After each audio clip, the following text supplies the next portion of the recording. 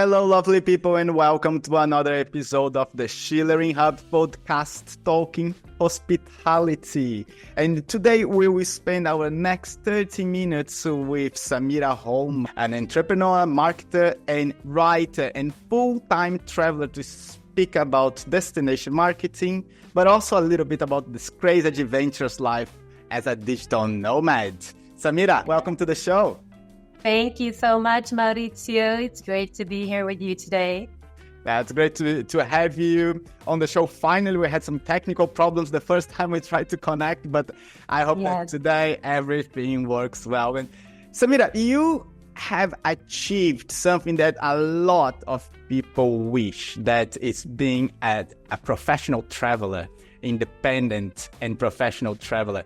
How did it all start for you? Well, it started about 8 years ago. I was having more of a traditional job. I had a nice life. I was happy with how things were, but I felt as if something was missing. I had a good job, a nice apartment, my hobbies, friends, and everything, but still felt as if something was missing, and that kickstarted a change for me. So I started to think about it. I started to research and talk to a lot of different people, and I heard about something called vacation independence. And I decided I wanted that. Even if I thought it sounded a little bit too good to be true back then, that you actually could work with something that you really find fulfilling at the same time as you also design your ideal lifestyle. But I made a plan for myself back then. So this was in 2016, approximately, and took a leave of absence from my company, had savings, and I left to Cuba with a one-way ticket to start to design my ideal lifestyle and build my business. But I could never have imagined back then how things would turn out. And why Cuba? Cuba, because I always had a dream of being based in the Latin part of the world. I've always been very attracted to the Latin culture. And also Cuba, because I had been very busy.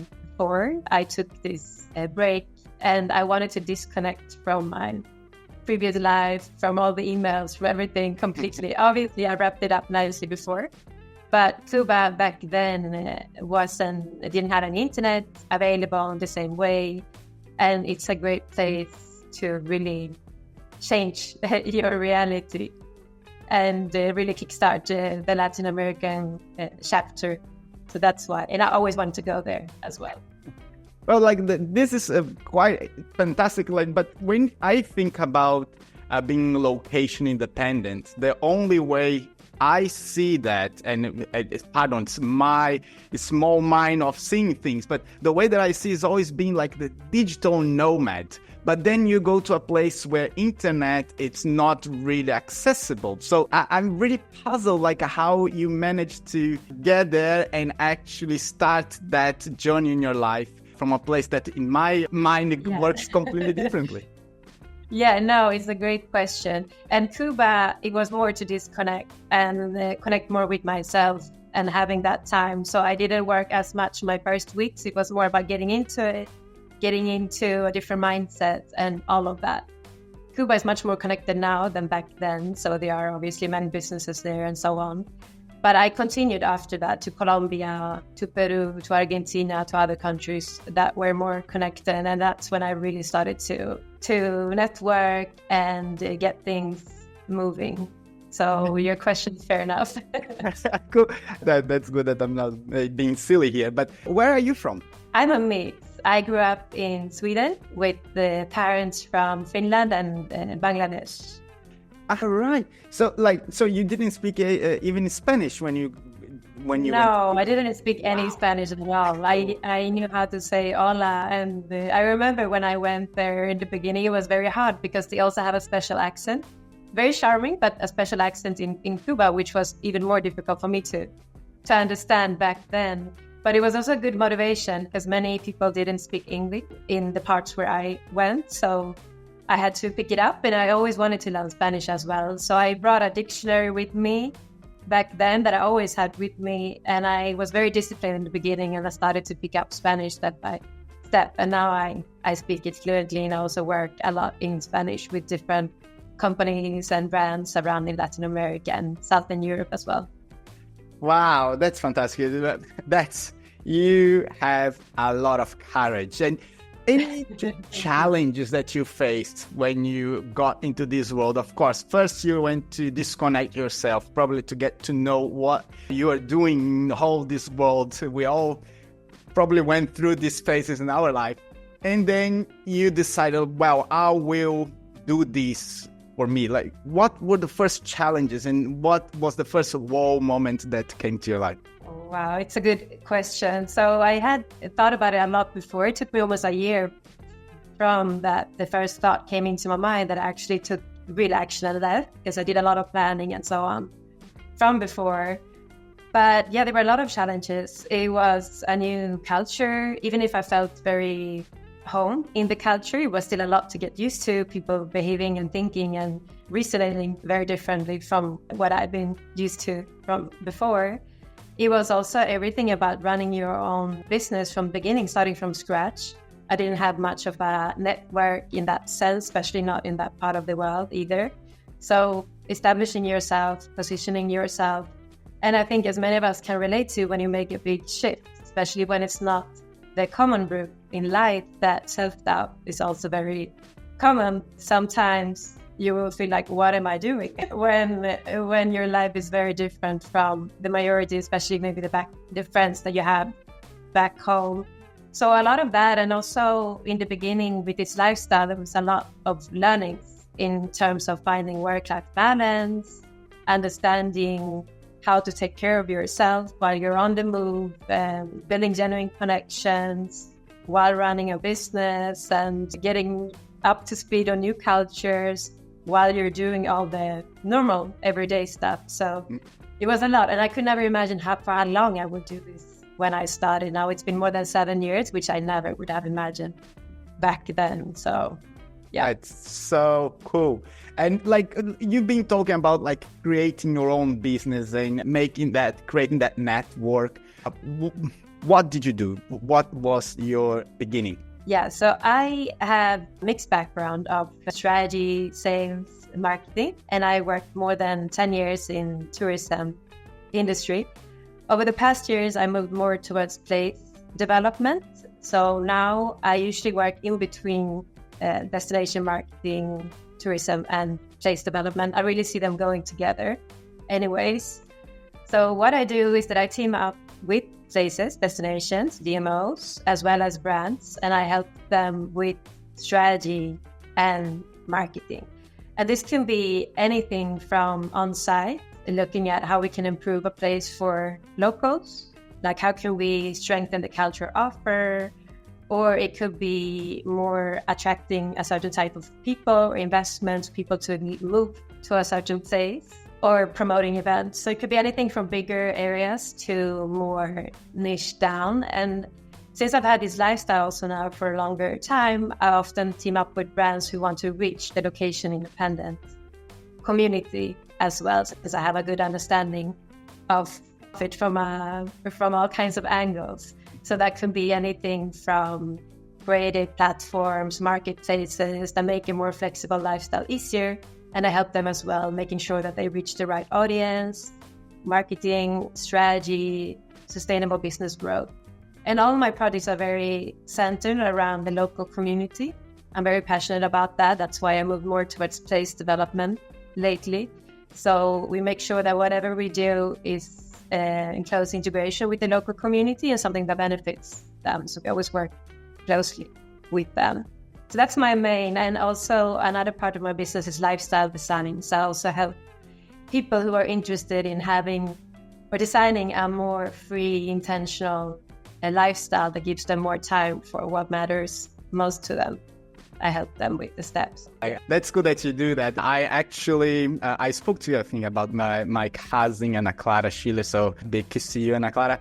And she's now trying to get in that nomad life that can be traveling around. She also has a background in marketing, and I told her to go and get in touch with you. I hope that she did. If she didn't do it yet, I will hit up again, because I think that she has a lot to learn from you. And we love to talk with her. Yeah, you mentioned, because she's also, where is she based now? I think you mentioned she was in Peru before or something. Yeah, she was in Peru, but now she's traveling down all the way to Ushuaia, Terra del Fuego in Argentina. And then I think that she will go back to Uruguay and Brazil to show Brazil to her boyfriend. Yeah, but she wants to be traveling around, so it's cool. But I love that you have that. I'll be happy to talk with her. It's one of my biggest passions to inspire people to go more often what they want. So that's something I wanted to ask you, actually. That I had to what is your favorite part of your job? Because you do quite a lot, as I see. So what's your favorite part of the job? So I would say I have two different favorite parts, and one of them is to really drive the future of places and help to create and develop places that are good for people and local communities. It's a big passion of mine. I work with a lot of indigenous communities, local communities around Latin America and Europe, and it's really fulfilling to see how you can use tourism and strategies as a tool to improve a place and lives, really. And that's how I look at travel as well. That is a very powerful tool for that. And the second is inspiring people to live a life that makes them excited. And that doesn't need to be about traveling necessarily. I see location independence and all of that as lifestyle design. So it's more about figuring out what's important to you and setting your life in a way that gives you more time for that. So that's what I love. That's cool. That's cool. And now you mentioned about the local communities and indigenous communities as well. Like, how did you help them and actually can measure the success of helping them out? Yeah, it's a good question. So I worked on many different projects. So how we help depends what they need at the moment. But to give you some recent examples, last year I was in Ecuador and I worked with many different communities, and also in the surroundings of Colombia and Brazil. Bolivia, I teamed up with many. And what we have focused on more recently is to look at how we can use tourism as a tool to empower local communities. So I have, for example, teamed up with communities where we looked at how we can introduce experiences managed by the communities themselves, but that can generate independent income streams. And what we've done then is to develop different types of experiences in collaboration with them that are really representative of the culture, where they invite people to come and spend time with them, experience a part of their lifestyle. It's not something made only for tourists. It's more really about introducing you to their world, which is beautiful because it's very authentic and all managed by them. So they decide about what group sizes make sense, what kind of experiences are most authentic, and so on. But they were not so skilled in how to position this and how to even get the word out there. So I've helped them with that for them to realize also everything that they already have that would be appreciated by many, and finding sustainable levels and see how one can scale that in a way that makes sense. So that is one example. I also work with many local communities in smaller towns where we have looked at how we can tap into people already coming to bigger cities nearby to distribute tourism more. And recently I was in Bolivia where I teamed up with different organizations outside of Santa Cruz, which was more about, wasn't directly connected to tourism actually, but we helped with the projects to educate kids about the environment, nature, to make them feel more accountable and connected to the nature, to encourage like a mindset shift as they grow up. And we're talking about introducing experiences there as well, but those are just a few examples. And I work with many to promote culture as well, and introducing different channels for them and so on. So it depends on it. That's fantastic. So let me see if I understood well. Like in this last project, you were taking kids from the city nearby, from Santa Fe, to the communities to learn how the communities live there. Did I understand that well? So the one for the kids, there are kids from both from the city and from smaller places outside of the city and the surroundings. So we have different activities where we take them out in nature. So it becomes very hands-on and they get to do different activities, sometimes with communities, sometimes just in nature. but they are actually in the natural ambience talking about like, why does rain matter and all of these kind of things that can seem very vague. So they feel a better connection to the nature, a lot of games and stuff as well to make them feel more connected. Because these days it's a big issue that many of us are very disconnected from nature and from the basics. Yeah. And there's a lot of power in reconnecting, both for kids and for all of us, to connect more with ourselves and each other as well. So I love that. And you said something before, and I want to try to understand, like, if you can actually give an example how, because I understand like these communities, they've been doing their own life, they have their own way of doing things, and for them it's just life, it's just how life is. So you can come there and actually look at them and say like, look, the world doesn't do things this way, so you have a lot to teach, a lot to share. Can you share one example of like an activity that was created that you help a community to create for us to visualize here how you work? Yeah, of course. So first of all, it's more about not changing how they do things, but spending time with them to understand how they do things and see how we can learn from them. So they are doing so much that is really inspiring. Many of them are very connected to nature, they're very grateful, very present, and I don't want to generalize because of course there are many different ones, but one example is that we have developed homestays and experiences. In some cases the communities already have started something on their own, they already have seen the need and the opportunity, but they don't know how to scale it or how to optimize what they are doing, make sure that it's sustainable for them. So then it's more about reviewing, but activities can be everything from spending time there, like sleeping in a homestay, or sometimes they have cabañas, like different types of houses where you can stay, so you have more privacy, but you're there. And then it can be nature walks, there's a lot of wildlife, we have taken boat trips, and they know so much, everything. So it's more about them teaching you. Also gastronomy, we have been out in Ecuador, for example, they have chocolate, cacao growing in there. So we've been out and collecting that together, and it's more them teaching me, to be honest, about their way of life, and then we see how that can be valuable for visitors. So experiences could be anything from wellness, disconnecting.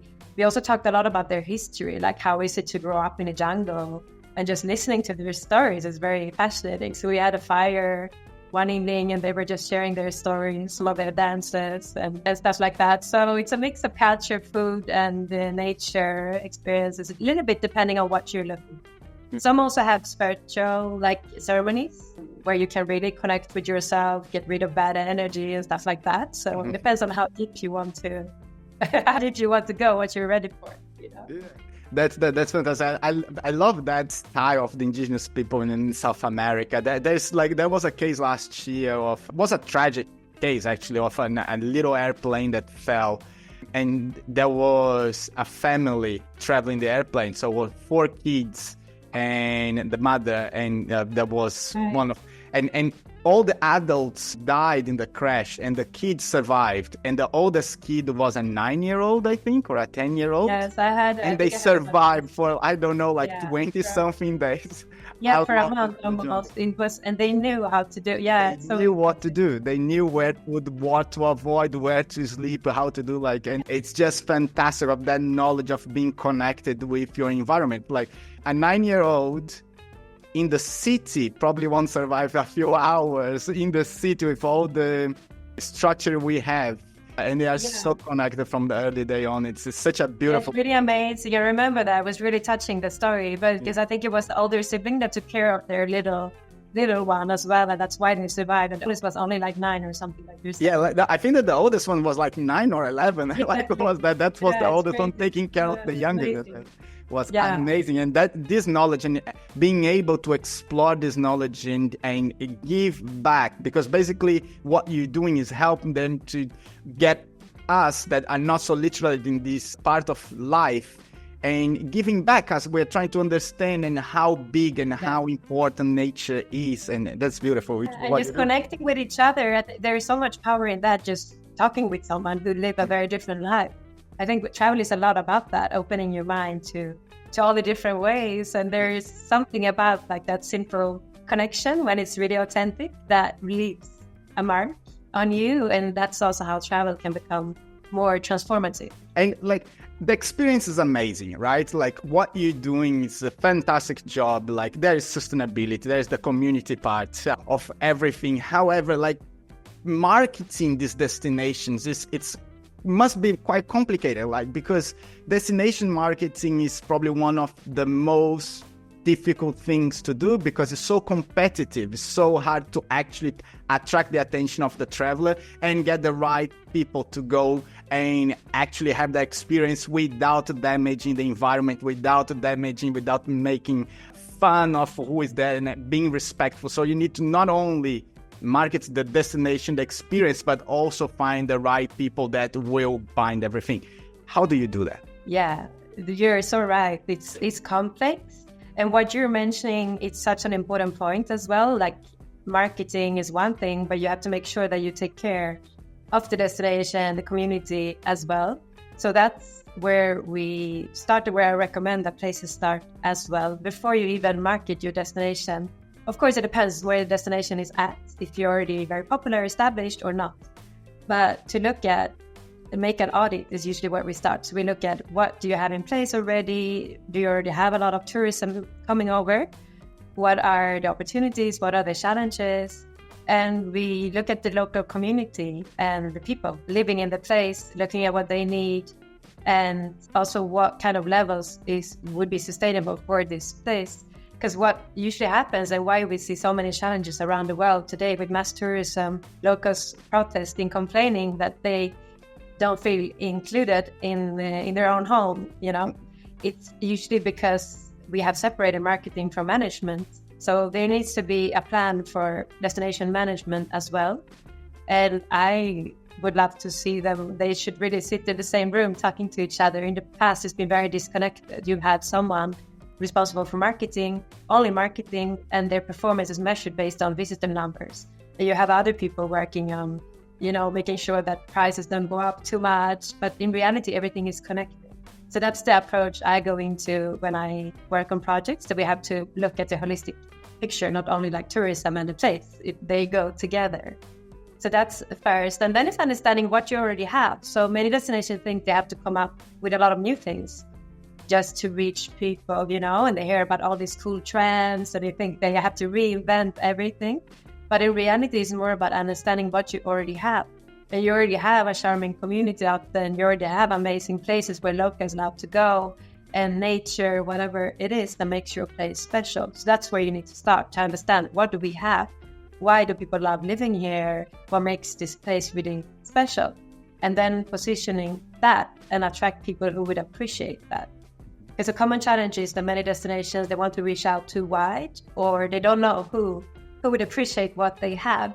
So you have to do some research here to understand who is the right target group for you. And your destination won't be a fit for everyone, and that's okay. So what kind of people would be a good match?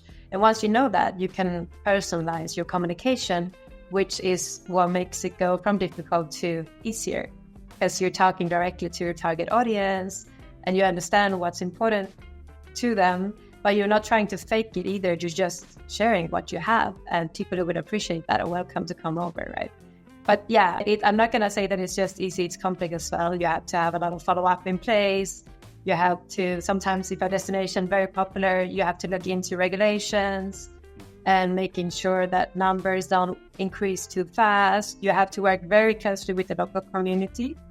They should be involved in decision-making and also in promotion, so that they feel included. That's very important. And yeah, it's a big topic, so we could go even more into detail, but in short, that's it. Because understanding what you have, positioning it, and working very closely with the local community and testing your way forward. That's good. Where are you now, and what project are you working on? Right now in Colombia. I just got back to Colombia. It's one of my favorite places where I've been many times. I'm working on a few different projects from here. So I'm going to do some local community projects in the surroundings of Medellin. Mm-hmm. I'm also working on projects in Bolivia while I'm here, because I was in Bolivia for a few months just before. So there I'm helping a place called Toro Toro, which is a very beautiful natural area with over 50 communities, local indigenous communities. Wow. Living in the surroundings. Amazing. And what they have today is that it's known more for nature, and the nature is amazing, but they haven't focused on culture, tourism, and experiences like disconnecting from technology, detox, and all of that. So they're interested in introducing more of those kind of offers. So I'm going to help them to diversify what they have in place so that they can attract different kinds of people and work more with the locals in the place. So that's some. And I'm also helping some brands in Europe and the States with strategies. So that's more marketplaces and online brands. I'm helping them with strategy and marketing, and I'm doing some coaching as well. I'm preparing for some courses that I'm going to hold later on in sustainable hospitality. You are cool. Well, we have to talk about this then. Yeah, I have courses in sustainable hospitality as well as in marketing for universities and for businesses too. Super cool. We have something to talk about after we record this. But I want to also get a little bit about the future, right? Because you are working on these amazing projects that is right here, happening right now. And it's very important because we're talking about sustainability. We're talking about empowering local communities, and we are talking about teaching us, the ones that don't live there, on how to respect and how to live and how to learn the amazing things that nature has to offer that we oversee. But when we come to the future, trying to foresee where we go in the next 10 years, how are we going when it comes to destination? What do you see coming? What do you see travelers looking for? Yeah, I think the future is very exciting, first of all. So I look forward to what's coming because we have a lot of changes going on in the industry. So some of the bigger shifts right now is that we can see that people are looking for more meaningful experiences.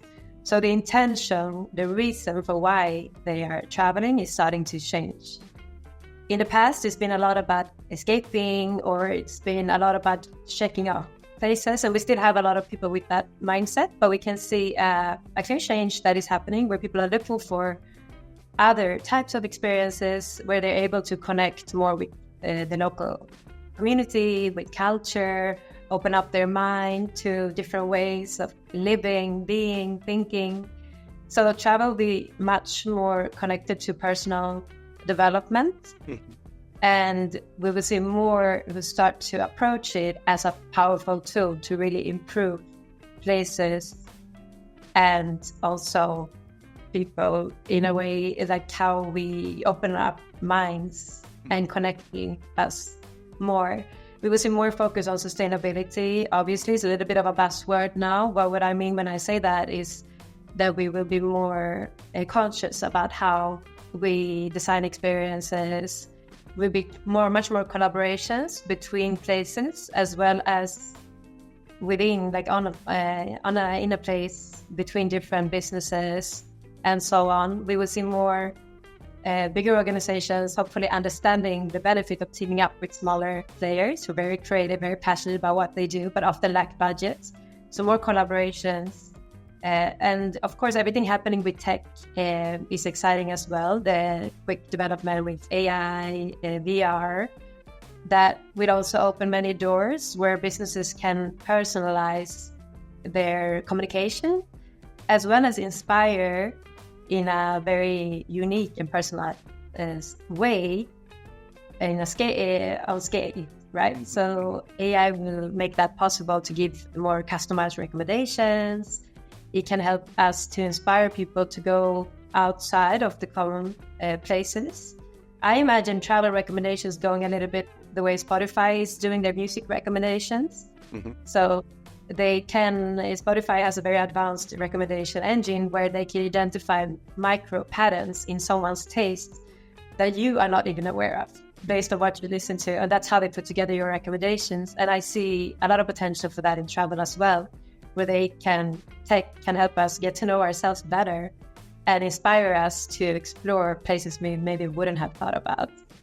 So those are some of the shifts that I see. And when it comes to staff, I see a lot of more focus on staff well-being and development as well, like showing that this is a long-term career and that they're connecting more like guest satisfaction with staff well-being because they go together.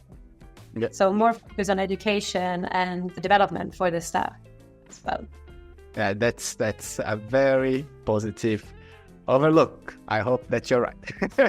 Yeah, it's a very positive. So there are a lot of challenges as well. I'm not gonna, of course, everything happening with that we have to take into consideration. There are a lot of places struggling with over tourism today. There are a lot of still so many people traveling more focused on checking things off. There is a lot of focus on mass tourism in the majority of the places. So this is where the industry, where I would love to see it to go, but it's a lot of work that needs to happen first, and it won't be easy. A lot of mindset shifts, a lot of challenges also when it comes to how the climate is changing. Obviously, some places are struggling more than they ever have done because of that, and that would affect a lot too and force us to reconsider how we set up experiences and where we go as well when we travel. So a lot of challenges too. So let's be realistic about that. But it's important to have a positive outlook, I think, even when you want to manage the challenges. It helps to stay positive. 100%. We keep positive though, so we can fight the negativity, right? Exactly. That's what gives us energy. What do you think? I'm curious about your outlook as well about the future of travel, tourism. Well, I have many features when it comes to destination and like thinking more about what we speak about, like local communities. And you spoke about VR, right? Like here in Prague, I have one of my friends that has this amazing experience that he travels in time. So he dressed up during COVID time when everything was locked down. He got a professional camera, like a filmography team, and they dress up as the plague doctor of Prague during the plague time in the 1600s. Okay, wow. And he walked around Prague, you know, because it was all empty, everything. So it looks like you are in that time of the... And he does live. He explained what that doctor was doing, how he was treating people, and explaining a little bit of where they are in Prague. And what he does is getting that into big companies like Alphabet, Facebook, and Meta, and he does as a team building for them, but it's live. So he is here in Prague with the microphone, talking to people, answering questions, and doing that immersive destination marketing in the end of the day. He's showing the place, and now they are moving to VR. Yeah, so this is just in a big screen, and now they are moving to VR. So I can see that it's such a powerful tool for the indigenous communities as well, because you can explore all the knowledge without having the impact in the environment or in their lives actually there. There is all that, of course, you can get as a premium when you get the people there, but you, as you said, you put limitations on the numbers, but you can still introduce all the knowledge and they can still make their living by showing their culture via VR or just via Zoom. So I see that there are so many opportunities there. I'm very excited about immersive experiences as well, and that's really what makes experiences memorable as well. When you connect with different senses, and it really makes an impact on you. That's how it's a powerful in that as well.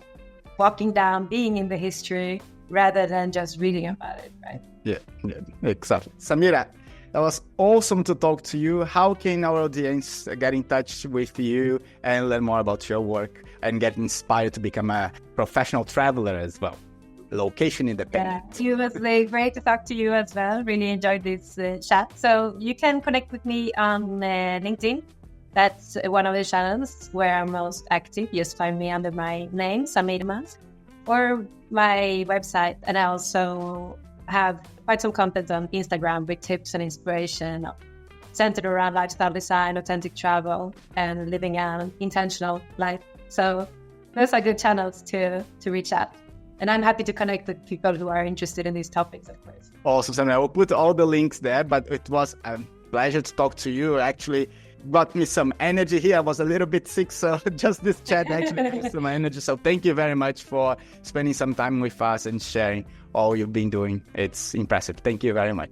Thank you so much for what you do. You are really driving a positive change. We focus on more collaboration. So I'm just happy to be a part of that. So we hope. Thank you very much, Samira. Schulering. I'll talk to you next time. Bye.